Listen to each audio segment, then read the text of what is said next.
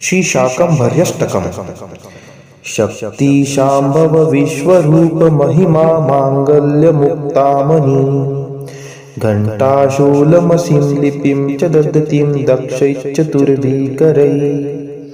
वामैर्बाहुभिरर्घ्यशेषभरितं पात्रं च शीर्षं तथा। चक्रं केटकमन्धकारी दयिता त्रैलोक्यमाता शिवा।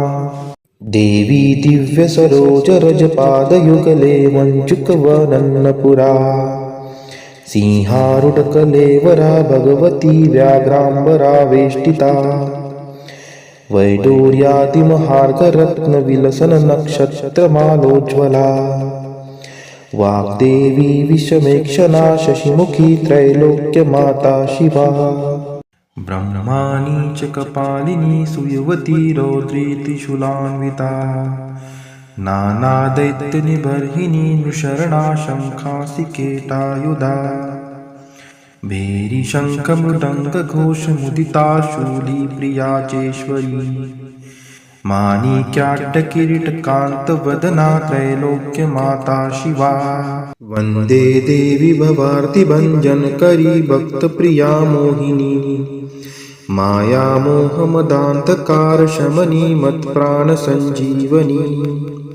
यन्त्रं मन्त्रजपौ तपो भगवती माता पिता भ्रातृका।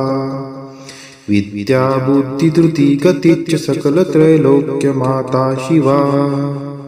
श्रीमातस्त्रिपुरे त्वमब्जनीलया स्वर्गादिलोकान्तरे। पाताले जलवाहिनी त्रिपथगालोकत्रये शङ्करी। त्वं चाराधकभाग्यसम्पद्विनी श्रीमूर्ध्निलिङ्गाङ्किता। त्वां वन्दे भवभीति भञ्जनकरीं त्रैलोक्यमातः शिवे। श्रीदुर्गे भगिनीं त्रिलोकजननीं कल्पान्तरे डाकिनीं। वीणापुस्तकधारिणीं गुणमणिं कस्तूरिकालेपनीं। नानारत्नविभूषणां त्रिनयनां दिव्याम्बरावेष्टितां।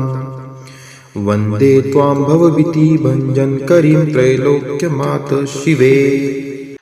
नैऋत्यां दिशि पत्रतीर्थममलं मूर्तित्रये वासिनीं। सामुख्या च हरिद्रतीर्थमनघं व्याप्यां च तैलोदकम्। गङ्गाधित्रयसङ्गमे सकुतुकं पीतोदके पावने। त्वां वन्दे भवभीति भञ्जनकरीं त्रैलोक्यमातः शिवे। द्वारे तिष्ठति वक्रतुण्डगणपः क्षेत्रस्य पालस्ततः। शक्रेड्या च सरस्वती वहति सा भक्तिप्रिया वाहिनी। मध्ये श्रीतिलकाभिधं तव वनं शाकम्भरी चिन्मयी।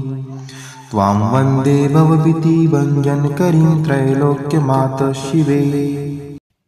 शाकम्भर्यष्टकमिदं यः पठेत् प्रयत् पुमान्। स सर्वपापविनिर्मुक्तः सायुज्यं पदमाप्नुयात्। इति श्रीमच्छङ्कराचार्य विरचितं शाकम्भर्यष्टकं सम्पूर्णम्।